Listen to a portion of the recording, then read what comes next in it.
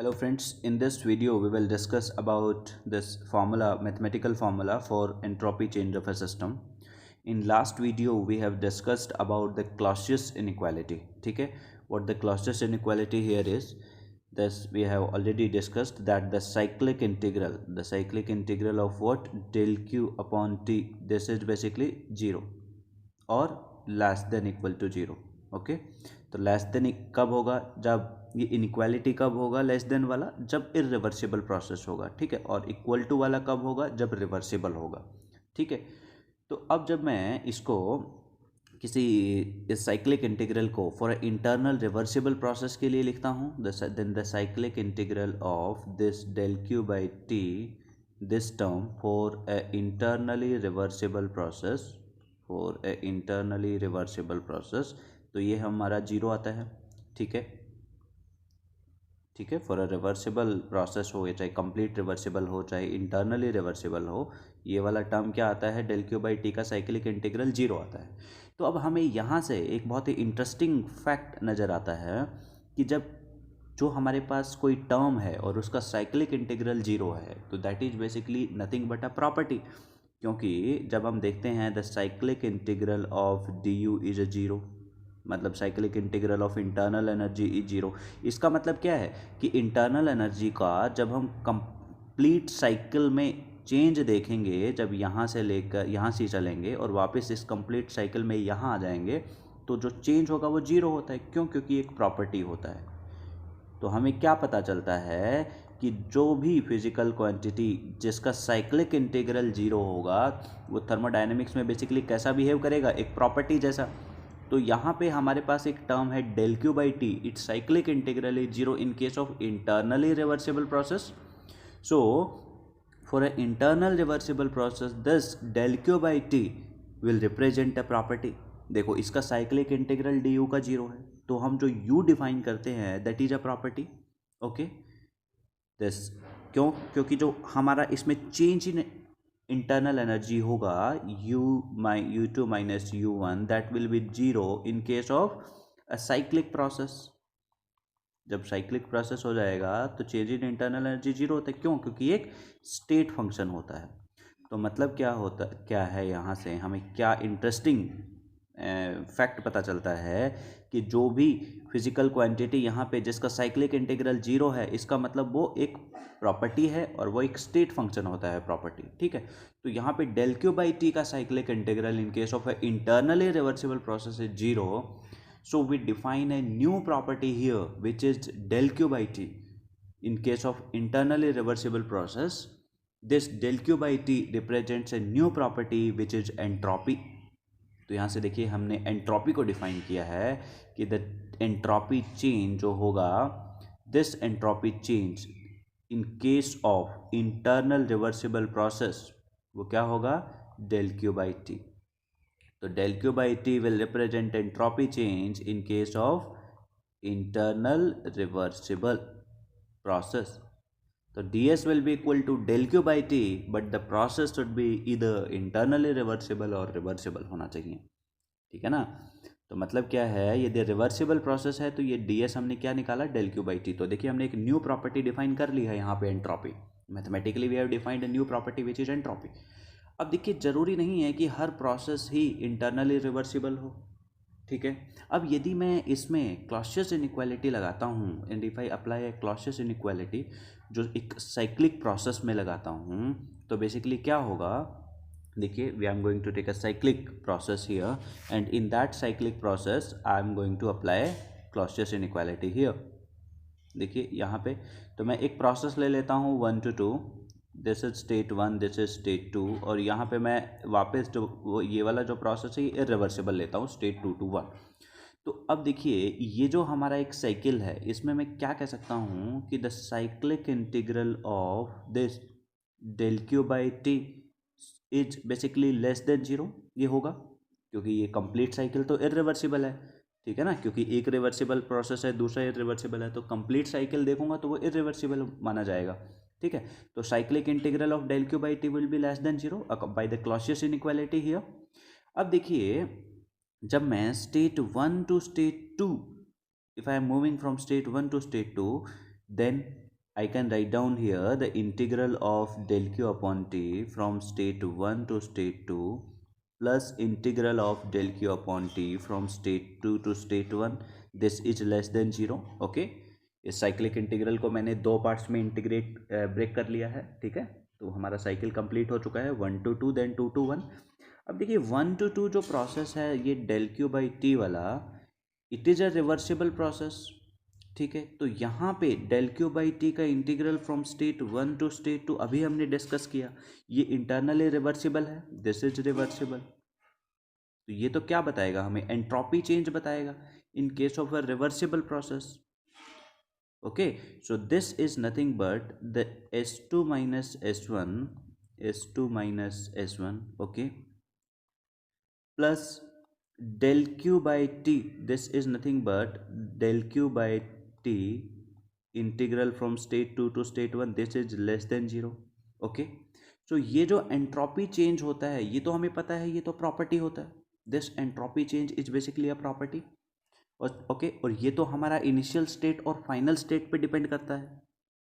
Okay, so this del q by T from state 2 to state 1. अब यहाँ से देखिए इसको मैं फर्दर सॉल्व करके लिखता हूँ. ठीक है, सो दिस यदि मैं इसको राइट हैंड साइड पे लेके जाता हूँ, I am moving this term to right hand side, तो देखिए यहाँ पे क्या आ जाएगा, देखो S1 माइनस S2, मतलब ये एंट्रोपी चेंज होगा कहाँ, कौन से पाथ वाला, जब हम 2 से 1 जाएंगे. ठीक है, क्यों, क्योंकि एंट्रोपी चेंज तो एक प्रॉपर्टी है ना, एंट्रोपी एक प्रॉपर्टी है, वो तो इनिशियल और फाइनल स्टेट पे डिपेंड करेगा. जब मैं इसको इधर लेके आता हूँ S1 माइनस S2, तो मैं इसको लिख सकता हूँ that is greater than integral of del q upon T from state 2 to state 1.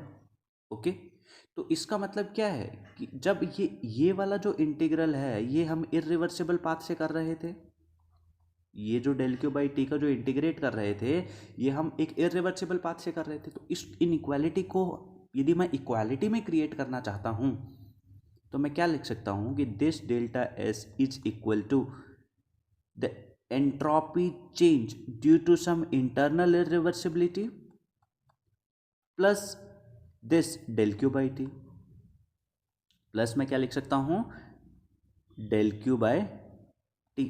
मतलब क्या है, देखो ये जो del q by t वाला जो टर्म था, this is basically not sufficient for delta S. कुछ एंट्रोपी जनरेट भी होगा ना, क्योंकि इरिवर्सिबल प्रोसेस है. तो ये वाला ही मैथमेटिकल एक्सप्रेशन जो अभी हमने यहाँ पे डिराइव किया है, ये ही एक्सप्रेशन हम डायरेक्ट लिखेंगे. ओके, जो यहाँ पे आपको नज़र आ रहा था पहले कि D S equal to D S due to internal irreversibility plus D Q by T, तो ये यहाँ पे डायरेक्ट लिखा हुआ है. ठीक है, यहाँ मैंने इसको डिराइव किया है. ठीक है, आई होप आपको चीज़ें क्लियर हुई होंगी, कुछ थोड़ा कंफर्टेबल हुए हो गए आप इस फॉर्मूले के साथ कि जो चेंज इन एंट्रोपी होगा बेसिकली यहाँ पे वो तो प्रॉपर्टी होता है. अब हमने देखा डेल्टा एस हम 2 से 1 आ रहे हैं, तो जब 2 से 1 आएंगे तो हमारे पास जो एंट्रोपी चेंज होगा वो कुछ एंट्रोपी जनरेट भी होगा due to irreversibility. Okay, internal irreversibility, क्योंकि देखो delta S1 minus S2 is greater than del q by T, तो इधर कुछ टर्म हमें ऐड करना पड़ेगा. तो ऐड हमने किया ये कि क्यों, क्योंकि ये प्रोसेस इरिवर्सिबल था. ठीक है, तो ये वाला प्रोसेस इरिवर्सिबल था, तो इसमें ड्यू टू इरिवर्सिबिलिटी कुछ एंट्रोपी जनरेट भी होगा, तो वो हमने लिखा delta S due to internal irreversibility. तो ठीक है, plus del q by T, this is basically entropy change due to the heat interaction. जो यहाँ पे इस प्रोसेस में जो भी हीट ट्रांसफर होगा, हीट इंटरेक्शन होगा, उसकी वजह से कुछ एंट्रोपी चेंज होगा. तो basically this is the general expression for the entropy change of a system. ठीक है, तो देखिए अब हम इस एक्सप्रेशन को देखते हैं यहाँ पे कि this is basically the entropy change of a system. This may be due to some internal irreversibility और may be due to the external interaction. ठीक है, तो यहाँ पे यदि मैं कोई भी सिस्टम ड्रॉ करता हूँ तो उसका जो एंट्रोपी चेंज होगा that may be due to some internal irreversibility और due to the external interaction. So this is a system. Okay, so in this system the entropy जो चेंज हो रहा है वो इंटरनल इरिवर्सिबिलिटी, यहाँ पे फ्रिक्शन भी हो सकता है, विस्कस इफेक्ट भी हो सकते हैं, जो भी आपके पास इंटरनली इरिवर्सिबिलिटी होंगी उसकी वजह से एंट्रोपी चेंज हो सकता है, एक्सटर्नल इंटरेक्शन की वजह से हो सकता है. यहाँ पे मान लो कि हीट सप्लाई कर रहे हो आप, ठीक है, तो this is basically heat transfer, तो यहाँ पे एंट्रोपी चेंज हो सकता है. लेकिन जब वर्क ट्रांसफ़र होता है तो उससे कोई एंट्रोपी चेंज नहीं होता है. ठीक है। तो due to work transfer no entropy change, no entropy change of system, there will be no entropy change due to work transfer, no entropy change। क्यों? क्योंकि जो वर्क है वो एक हाई ग्रेड एनर्जी होता है, ठीक है। वर्क कैसा एनर्जी होता है? हाई ग्रेड एनर्जी होता है। तो इन अ हाई ग्रेड एनर्जी, देखिए जब हम वर्क इस सिस्टम को सप्लाई करेंगे या इस सिस्टम से वर्क हम प्रोड्यूस करेंगे, तो बेसिकली वो एनर्जी जो है वो ऑर्गेनाइज्ड फॉर्म में है, ओके। वो अब की एनर्जी जो है वो रैंडम एनर्जी नहीं है, ओके। वो हाई ग्रेड एनर्जी है, और जो एंट्रोपी होता है that is a measure of randomness. लेकिन जब वर्क की फॉर्म में एनर्जी होगा, that energy is not random, that is organised energy. तो वर्क की वजह से कोई भी एंट्रोपी ट्रांसफ़र नहीं होता है, हीट की वजह से एंट्रोपी ट्रांसफ़र होगा। तो हम एक बोलूँ सिंपल भाषा में तो बोल सकता हूँ कि एंट्रोपी जो होता है, heat will carry entropy but work does not carry entropy, ठीक है।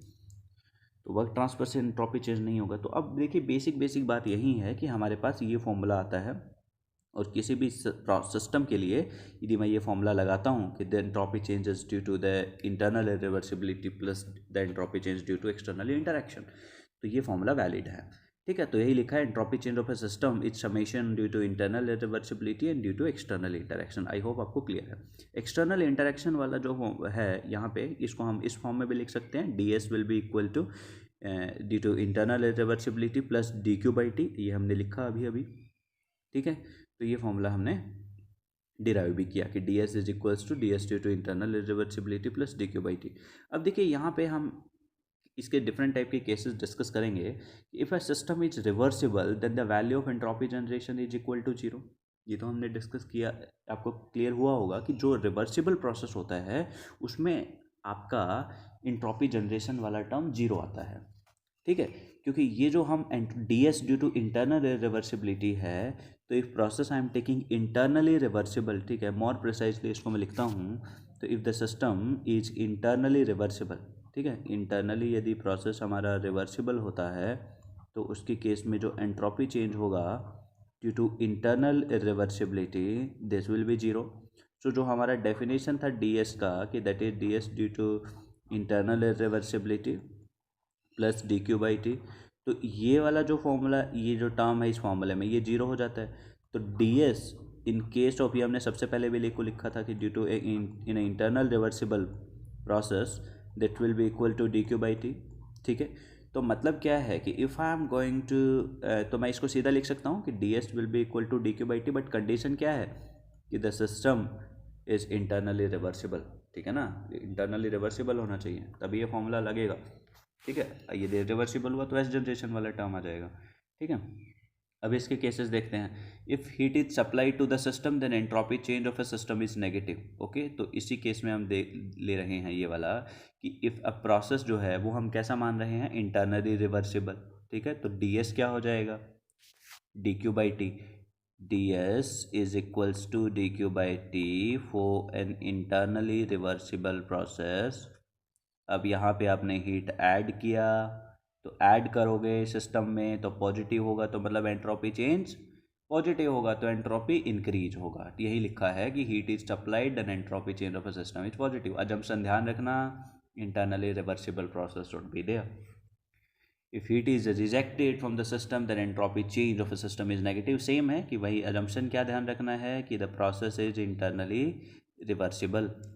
तो अगेन मैं देखो सेम चीज़ें ही लिख रहा हूँ बार बार कि डी एस जो होगा, this D S will be equals to D Q by T in case of a internally reversible process. Here heat is rejected, so ये नेगेटिव होगा, ये नेगेटिव होगा तो एंट्रोपी चेंज जो होगा वो भी नेगेटिव आएगा। इसका मतलब क्या है, एंट्रोपी डिक्रीज होगा, एंट्रोपी डिक्रीज करेगा। तो ये कह रहा है heat is rejected then entropy changes negative, okay. अगला देखते हैं। If system is adiabatic then entropy change of a system is having zero value। तो वही है, देखो यहाँ पे रिवर्सिबल एडियाबैटिक था, ध्यान रखिए ये प्रोसेस सिस्टम क्या है, हमारा जो प्रोसेस होगा वो रिवर्सिबल एडियाबैटिक है, ठीक है। For example if I am going a T S diagram, if I am going to draw T S diagram for this type of question, ठीक है। मान लो ये टी एस डायग्राम ड्रॉ करता हूँ, तो इसमें जो हमारा डायग्राम बनेगा मान लो कि प्रोसेस हो रहा है फ्रॉम स्टेट 1 टू स्टेट 2, ये ऐसा होगा। अब this process is basically reversible adiabatic. Reversible adiabatic, अब देखो फॉर्मूला लगाते हैं रिवर्सिबल एडियाबैटिक, तो डी एस क्या होगा, H D S due to internal irreversibility plus D Q by T. अब देखो एडियाबैटिक है तो ये जीरो हो गया, इंटरनल इरिवर्सिबिलिटी जीरो होगा, क्यों, क्योंकि रिवर्सिबल है प्रोसेस, तो ये जीरो हो गया, तो डी एस क्या आएगा, जीरो आएगा ना। तो मतलब क्या है, यदि हमारा प्रोसेस रिवर्सिबल एडियाबैटिक है तो वो प्रोसेस जो होगा उसमें एंट्रोपी चेंज जीरो हो जाएगा, ठीक है, there will be no entropy change. अगला देख लेते हैं, तो यही देखो यहाँ पे लिखा है इन्होंने कि if a system is reversible and adiabatic then it has to be isentropic. Okay, ये हमने एक्सप्लेन किया अभी। Entropy change of a system may be positive, may be negative और zero, but entropy change of universe is always positive. ये हमने entropy principal में discuss किया था कि यूनिवर्स का एंट्रोपी हमेशा या तो इंक्रीज होगा या इक्वल टू जीरो होगा, लेस देन जीरो नहीं हो सकता है, वो इम्पॉसिबल होगा। अब यहाँ पे हमने देखा कि सिस्टम का एंट्रोपी कुछ भी हो सकता है, ठीक है। यदि इन सिस्टम द प्रोसेस जो हो रहा है यदि वो रिवर्सिबल एडियाबैटिक है तो देखो जीरो हो जाएगा। यदि किसी सिस्टम में आपका इंटरनली रिवर्सिबल प्रोसेस हो रहा है और हीट आप रिजेक्ट कर रहे हो तो एंट्रोपी देखिए नेगेटिव हो जाएगा। यदि किसी प्रोसेस आपका इंटरनली रिवर्सिबल है सिस्टम में और उसमें आप हीट ऐड कर रहे हो तो बेसिकली वहाँ पे एंट्रोपी इंक्रीज हो जाएगा, तो एंट्रोपी चेंज सिस्टम का पॉजिटिव आ जाएगा। तो एंट्रोपी चेंज सिस्टम का कुछ भी हो सकता है, ठीक है ना, इन सिस्टम एंट्रोपी चेंज, लेकिन यूनिवर्स का एंट्रोपी कभी भी डिक्रीज नहीं होगा, ये एंट्रोपी प्रिंसिपल है, तो ये इसलिए नोट पॉइंट में लिखा हुआ है ये बात, ठीक है। अब आगे देखिए, if the system is irreversible then entropy change of a system is given by, ये देखिए हम पहले कर चुके हैं कि यदि इरिवर्सिबल होगा तो D S equal to S generation plus D Q by T. ये जो D S due to internal irreversibility वाला टर्म था इसको हमने यहाँ एस जनरेशन से लिखा है, ठीक है। So D S equal to S generation plus D Q by T. अब आगे हम आ जाते हैं, तो ये हमारा कि कोई भी इरिवर्सिबल प्रोसेस हो उसमें हम ये वाला फॉर्मूला लगाएंगे। रिवर्सिबल होता है तो देखो ये एस जनरेशन वाला टर्म कैंसिल हो जाएगा, बस इतना फर्क है, ठीक है। अब देखो यदि सिस्टम आपका एडियाबैटिक है तो डी क्यू जीरो होगा। यदि कोई सिस्टम हमारा एडियाबैटिक है लेकिन हमें रिवर्सिबल नहीं है, ठीक है, जो प्रोसेस जो हो रहा है, जैसे मान लो कि this I am assuming to be a system and this is adiabatic, this process में यहाँ पे जो हीट ट्रांसफ़र है वो जीरो है, there is no heat transfer, this जो हीट ट्रांसफ़र है वो कितना है, जीरो है। ये क्या है, एडियाबैटिक सिस्टम है, दिस इज एडियाबैटिक सिस्टम, मतलब कोई हीट ट्रांसफ़र नहीं हो सकता। तो जब हमने डी एस को लिखा तो क्या लिखूँगा, S generation plus D Q by T. अब देखो ये वाला टर्म जीरो हो जाएगा ना, दिस टर्म इज जीरो, तो ये वाला ही रिमेनिंग है। So D S is equal to S generation, D S जो होगा वो एस जनरेशन के बराबर हो जाएगा। तो इसका मतलब क्या है यहाँ पे कि ये वाला जो इरिवर्सिबिलिटी है, इंटरनल इरिवर्सिबिलिटी, उसकी वजह से ही एंट्रोपी चेंज हुआ है, ठीक है। हीट इंटरेक्शन तो था नहीं क्योंकि एडियाबैटिक है, तो उसकी वजह से एंट्रोपी चेंज नहीं होगा, ठीक है। आगे देख लेते हैं इसका case number, the value of entropy generation is always positive. तो देखिए ये जो एस जनरेशन वाला जो टर्म होता है ये हमेशा पॉजिटिव होता है, ठीक है, ये कभी भी नेगेटिव नहीं हो सकता है, it is always greater than zero. और ये जो होता है ये एक पाथ फंक्शन होता है, जैसे आप स्टेट 1 से स्टेट 2 यहाँ आ रहे हो और एक बार आप इस इरिवर्सिबल पाथ से आए, दूसरी बार आप इस इरिवर्सिबल पाथ से आए, तीसरी बार आप इस इरिवर्सिबल पाथ से आए, this path is A, this is B, this is C. तो तीनों केसेस में यहाँ पे एस जनरेशन अलग होगा, यहाँ पे एस जनरेशन अलग होगा, यहाँ पे अलग होगा। सो मैं कह सकता हूँ कि S generation is a path function. S generation कैसा होता है, पाथ फंक्शन होता है। ये डिपेंड करेगा कि आप किस पाथ को फॉलो करके आप उन स्टेट्स पर पहुंच रहे हो। तो बेसिकली और इसका वैल्यू हमेशा क्या होता है, ग्रेटर देन जीरो होता है, क्योंकि इंटरनल इरिवर्सिबिलिटी होगी तो एंट्रोपी जनरेट होगा। अब नेगेटिव में तो एंट्रोपी जनरेट हो नहीं सकता है, कुछ होगा तो कुछ उसका कुछ वैल्यू होगा ना, तो इसलिए it is always greater than zero, ठीक है। अब देखो the increase in case two, देखिए इसका द इंक्रीज, ये भी इंपॉर्टेंट पॉइंट है कि the increase in internal irreversibility is compensated by decrease in external interaction then the value of entropy change is equals to zero। इसका मतलब क्या है कि मान लो जो हमारा एंट्रोपी चेंज हम सबसे पहले हमने अभी थोड़ी देर पहले निकाला था कि एंट्रोपी चेंज वाला फॉर्मूला, कि कैसे एंट्रोपी चेंज होगा। तो आइसेंट्रोपिक प्रोसेस का हमने डिस्कस किया था कि जब यहाँ पे रिवर्सिबल हो जाए और यहाँ पे एडियाबैटिक हो जाए, तो रिवर्सिबल एडियाबैटिक हो जाता था, तो ये ds जीरो आ जाता था, क्योंकि ये भी जीरो ये भी zero.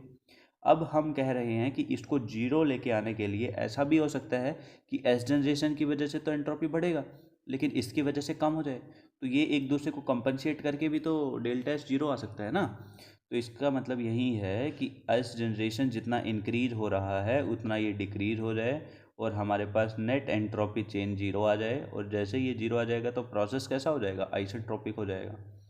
The process will be isentropic in that case. ठीक है, तो इसका मतलब क्या है यहाँ पे कि आइसेंट्रोपिक होने के लिए ज़रूरी नहीं है कि रिवर्सिबल एडियाबैटिक हो। It is not necessary the process is reversible adiabatic. वो ऐसे भी हो सकता है कि एस जनरेशन इंक्रीज हो और डी क्यू बाई टी की टर्म में एक्सटर्नल इंटरेक्शन वाला टर्म डिक्रीज हो, तो आइसेंट्रोपिक हो सकता है। लेकिन यदि प्रोसेस रिवर्सिबल एडियाबैटिक है तो वो हमेशा ही आइसेंट्रोपिक होता है। लेकिन all isentropic processes are not reversible adiabatic. तो यहाँ से देखो ये कंक्लूजन आता है कि ऑल आइसेंट्रोपिक प्रोसेसेस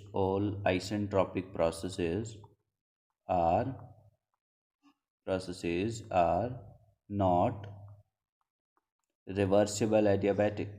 ठीक है, लेकिन but all reversible adiabatic processes are isentropic, but all reversible adiabatic processes are isentropic. ठीक है, बट जो भी हमारे रिवर्सिबल एडियाबैटिक प्रोसेस होंगे वो हमेशा ही आइसेंट्रोपिक होंगे, लेकिन आइसेंट्रोपिक प्रोसेसेज हमेशा आपके रिवर्सिबल एडियाबैटिक हों ये ज़रूरी नहीं है। ठीक है, तो ये इंपॉर्टेंट पॉइंट था। आई होप आपको मैथमेटिकल एक्सप्रेशन जो एंट्रोपी का होता है इसमें थोड़ा क्लैरिटी हुआ होगा। ठीक है, if any kind of doubt regarding this discussion तो आप कमेंट बॉक्स में पूछ सकते हो। ठीक है, और thank you so much for watching this video. Thanks a lot, bye.